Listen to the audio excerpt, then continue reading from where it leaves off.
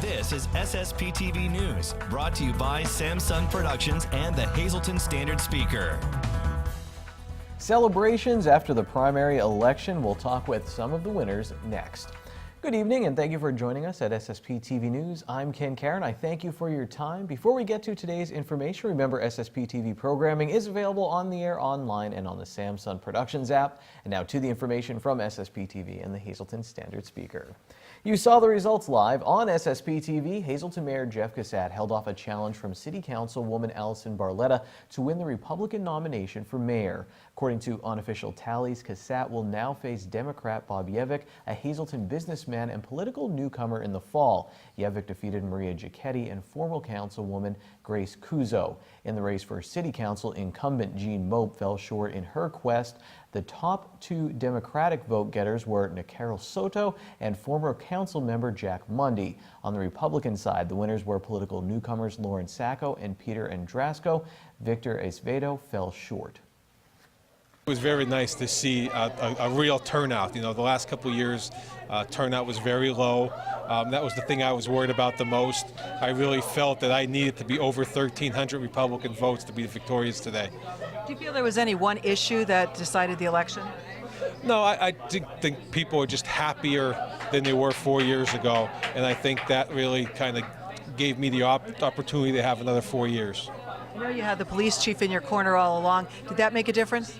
It means a lot to me that all my department heads were behind me. Every one of my department heads stood behind me. The chief was a little more vocal than some of the other ones, but they all gave me the support. They're the ones that make most of it happen. You know, I give all my, the credit to the department heads. What has been accomplished. You know, I just kind of direct them and come up with the ideas. But all my department heads are wonderful. I'm going to be honest, overwhelmed. I did not think that amount of people would come out and support such a smaller scale versus what was going on for the mayor race. But I'm just overwhelmed, and I thank everybody that took the time out to come out and who is believing in me to push things forward. And I'm truly ready to step up to the plate and look forward to see what November brings for me. Tell me why it was so important for you to run for mayor.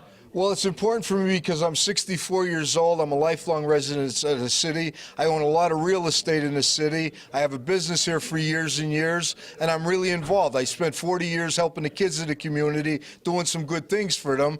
And as I walk 24, 25 miles a week, I see how dirty the city is and how deplorable it's getting. And, you know, we have people down City Hall, they're working hard to try to clean it up. I just want to take over there, and I want to work harder than them people. I want to put more hours in, and I want to make our city presentable. Tough loss tonight.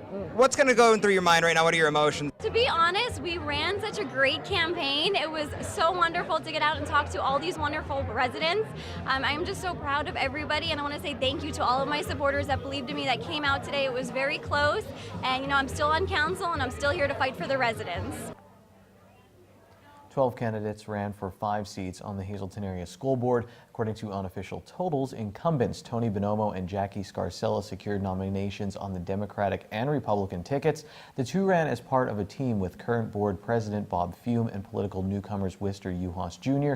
and Sherry Homenko. Uhas Jr. also secured both nominations. Fume won on the Democratic side only, while Homenko fell short of a nomination. Political newcomer and retired school nurse Ellen McBride was victorious on both tickets. And rounding out the Democratic ticket was retired teacher John Busher. With 54% of the district population being Hispanic, none of the 4 Hispanic candidates captured a nomination.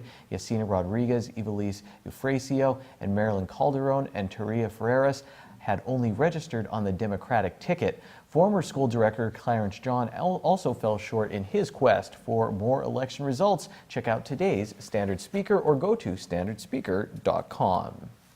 How to solve the opioid crisis. That's the focus of a public town hall meeting tomorrow night. It will take place at the Wiltsey Center inside Hazleton Elementary Middle School from 6:30 p.m. until 8 p.m. You can also watch live on WILN Channel 7. Time now for weather on SSPTV News. Nice blue and white sky outside in downtown Hazleton this afternoon. Here's our forecast from the National Weather Service. Showers are likely tonight, 60% chance of precipitation. We will have a low of 52 degrees. Expect more showers on Thursday, again a 60% chance. Mostly cloudy, high of 76. And then at night we'll get down to 56 degrees, 50% chance of precipitation. Mostly sunny on Friday with highs in the lower 70s, down to 52 at night with partly cloudy skies. 40% chance of showers and thunderstorms Saturday, high of 75. We will get down to 60 at night, 50% chance of some showers and thunderstorms. Partly sunny on Sunday with a high of 78 and mostly cloudy at night with a low of 56 degrees, 30% chance of some showers. After all that election talk, who's ready for some local softball playoff results on the SSPTV Standard Speaker scoreboard? Hazleton area beat Scranton in the district's 2-4-6A sub-regional playoffs. They'll play Delaware Valley for the championship on Tuesday. Julia Morocco was 4 for 4 with a home run and 4 RBI, and Leah Cost was the winning pitcher. She only allowed 1 hit. We'll hear from both of them next week during a really fun story with the softball team on SSPTV News. It's our weekly sports feature. MMI is on to the District 2 Single A semifinals after a win over Susquehanna. Kaylee Whitner was the winning pitcher. She had 14 Ks. That's pretty good. She also had 3 hits and 2 runs batted in. MMI plays the number 1 seed Blue Ridge on Friday. Emily Lawrence pitched Monoy area to victory in the District 11 Single A quarterfinals. Lady Bears beat Tri-Valley and now have to face number 1 seed Williams Valley on Thursday. Tamaqua beat Wilson to move on in the District 11 4A softball playoffs. Jane Kupczynski's single broke up a tie with Wilson and helped the Lady Raiders to the semifinal round. They face number 1 seed Northwestern Lehigh on Thursday. North Schuylkill lost to Salisbury Township in the 3A District 11 softball quarterfinals. Jocelyn Snitzer had a home run in the loss to Salisbury Township, and the Rail Riders, they lost to the Pawtucket Red Sox at home. The two teams play at PNC Field tonight at 6:35 p.m. For generations, summertime in our area meant trips to Camp Louise for Girl Scouts. The camp closed, but a group of volunteers, they're trying to bring it back for another generation. In sports, it's Ron Marchetti's take on local and national sports. We'll be right back after this.